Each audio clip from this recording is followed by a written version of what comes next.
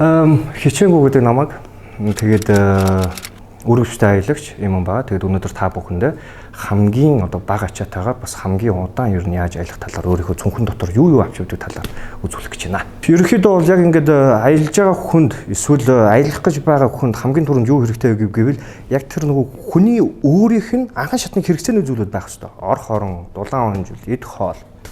Тэгээд манайхны зарим нэг асуудлууд нь болохоор юу гэдэг иймэрхүү зүйлүүдээ одоо ингээд жоохон орхигдуулаад илүү өөр бас чамин зүйлүүд рүү анхаарал хандуулад идэх тийм тохиолдол бол байдаг. Хамгийн ерөнхийдөө бол бас чухал зүйлүүдийн нэг бол яа харахгүй үүргэвч бол хэрэгтэй. Тэгээд биднээс ер нь аяны ингээд янз бүрийн ингээд үүргэвчүүд ингээд харахаар ингээд хитрхий том эсвэл ингээд зөндөө хоолой одоо ингээд юм салбансан одоо юм ингээд уяа бүчнүүд ингээд байгаад байдаг. Тэгээд энэ уяа бүч болгон яг өөрсдийн гэсэн яг ийм үүрэгтэй бол байдаг. Жишээлбэл одоо энэ хажуугаар нь одоо энэ камерын хөл ч юм уу эсвэл майхан ч юм уу эсвэл энэ жижиг ийм зүйлүүдийг хийчих болно. Энэ доор нь болохоор одоо юу гэдэг юм шокер хийждэг байх жишээтэй. Гэт яг энэ үүргэвчний одоо энэ одоо энэ уяа бүч болгон ер нь яг үүрэг ролтой гэдгийг ойлгох хэрэгтэй. Тэгээд мэдээж хэрэг маш сайн үүргэвч хэрэгтэй. Яг таныг хамгийн удаан тэгээд дээрээс нь хамгийн одоо юу гэдэг юм тухтай явах одоо зүйлийг чинь бүрдүүлдэг зүйл чинь бол үүргэвч бол байдаг. Ягаад гэвэл удаан алхаж байгаа учраас нуруунд төр ирэхтэр ачаалж байдаг юм. Янз бүрийн одоо ингэж багсууж өгдөг учраас одоо ингээд та бүхэнд бол яг ингээд хамгийн одоо энэ супер минимал одоо аяны цүнхийг бас та бүхэнд бас давхар танилцуулъя гэж бол бодож байна. За тэгээд яг иймэрхүү одоо байхад бол яг иймэрхүү нэг ийм жижигхэн цүнхтэй тэгээд нэг иймэрхүү байхад бол ерөнхийдөө бол яг хаанч яг өөрөө ингээд яг survive хийгээд аялаж бол чадна. Тэгээд энэ цүнх рүү цөмөрөө ингээд орцгоё. Ер нь яг энэ survive хийж ганцаараа ингэж аялаж хийж хайг хийж байгаа тохиолдолд биднээс янз бүрийн ямар нэг байдлаар тийм ам сүрсэн ч юм уу эсвэл тийм игзэгтэй ч юм уу юмнаас тийм зүхтаах ч юм уу тиймэрхүү жоохон тийм аюултай байдалд орсон үед бол цүнх мэдээж хэрэг номер 1 хөнгөн байх ёстой. Тэгэхээр яг энэ цүнхэн дотор одоо юу байгаа талаар цөмөрөө харцгаая. Хамгийн түрүүнд мэдээж хэрэг бол камер бол байгаа. Тэгээд 50 жилийн настай камер. Мэдээж хэрэг 50 жилийн настай учраас хальсаар дардаг пленк хальс бол байдаг тий. Тэгээд энэ хальсаа камер дотроо хийгээд тэгээд зураг дардаг. Тэгээд нөгөө нэг янз бүрийн зураг мургандаа нөгөө нэг Kodak эффект оруулаад байдаг хүмүүс хандаж шилгээд тэгээд энэ байна. Тий. Энэ шүү. Энэ өөр зураг дарт юм байна. За тэгээд тэмдэглэлийн дэвтэр одоо янз бүрийн одоо шин санаач үт юм уу эсвэл нөгөө биднес нэг уянган хайлтаа нэг өгнүүдийг хаяа яг энэ тоолж өгдөг тэр мөрийг бас бичиж аван тэгээд тэмдэглэлийн дэвтэр үзэг тэгээд газрын зураг байх хэвээр биднес аялдаг хэдий ч гэсэн газрын зургийг бас мартаад байдаг юм тохиолдол ингээд байгаад байдаг тийм учраас газрын зураг хэрэгтэй. За тэгээд одоо хүнсний асуудал одоо хүнс хоолунд одоо яах вэ тий? Одоо жишээлбэл одоо энэ зөвхөн уут борц гэхэд одоо миний яг ингээд сарын хэрэглээтэй одоо ингээд дүүцгүйч одоо сар одоо ингээд энэ уут борцтой байхад ямар нэг одоо хүнсний дутагдалд орохгүйгээр өлсөж сангахгүйгээр тийм аялах тийм боломжийг өгдөг. Тийм учраас ерөөхдөө бол яг Монгол дотроо ч юм уу эсвэл ийш тийшээ аялах гэж байвал ер нь борцоо ер нь заавал ер нь авч явж байгаарай гэж би ер нь хувьдаа зөвлөхөр бол байна.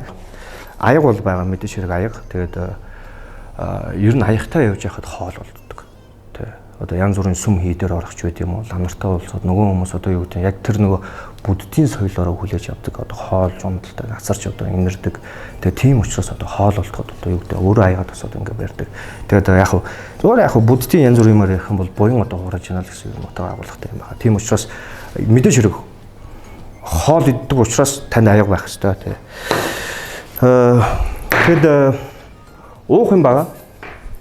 Одоо ингээд яг ийм цүнхтэй одоо ингээд хэдэн километр бол хэдэн километр эсвэл хэдэн өдөр бол хэдэн өдөр явах шаардлагатай болоход биднээс усны асуудалтай болно. Усгүй бол биднээс амьдарч чаддгүй. Тэгээд тийм учраас усаа ер нь хэрхэн яаж бас юунд ер нь нөөцөлж авч явах вэ гэдэг аюул хүчрэх бол яагаад вэ гэвэл одоо юу гэдэг юм биднээс нөгөө хуунцар савнд бас нөгөө ус хийгээд аваа яваад байдаг. Тэгэд өдөрт тэр халуунд ингээд алхаж малхаа тэр хуунцар сав чинь бас нөгөө өөрөө нэг тийм юм бодис хүмүүс ялгаруулт юм шиг байна. Тэгэд ямар тач хонцор сарнаас бас ер нь татгалзаараа гэж бол зөвлөдөө. За тэгээд.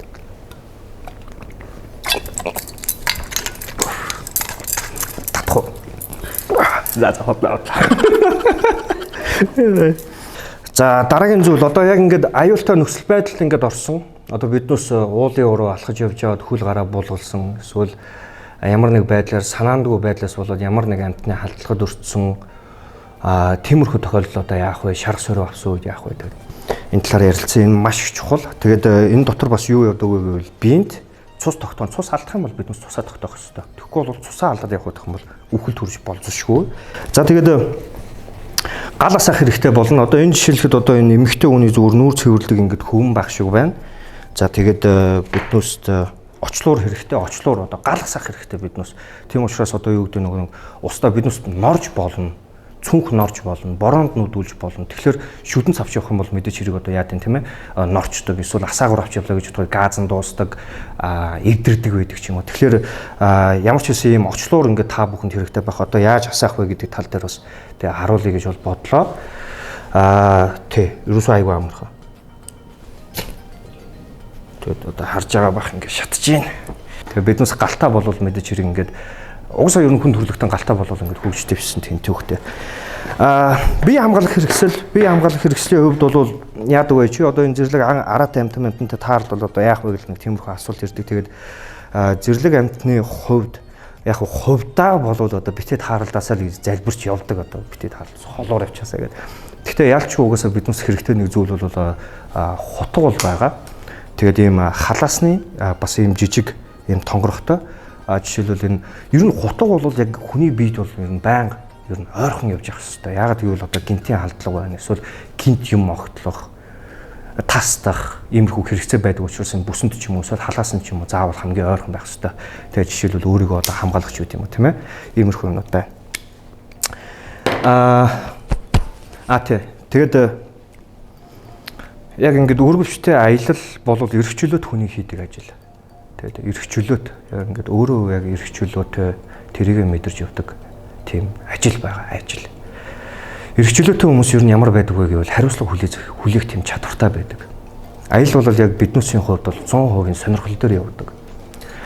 Олон хүнд хэцүү ийм асуудлууд, бэрхшээлүүд тулгардаг. За тэгээд эдгээр ингээд зүйлүүд ингээд байхад та бол одоо зэрлэг байгальдчуд юм уу эсвэл одоо хот сүрэн газарчуд юм хаанч бол амьдарч бол чадна.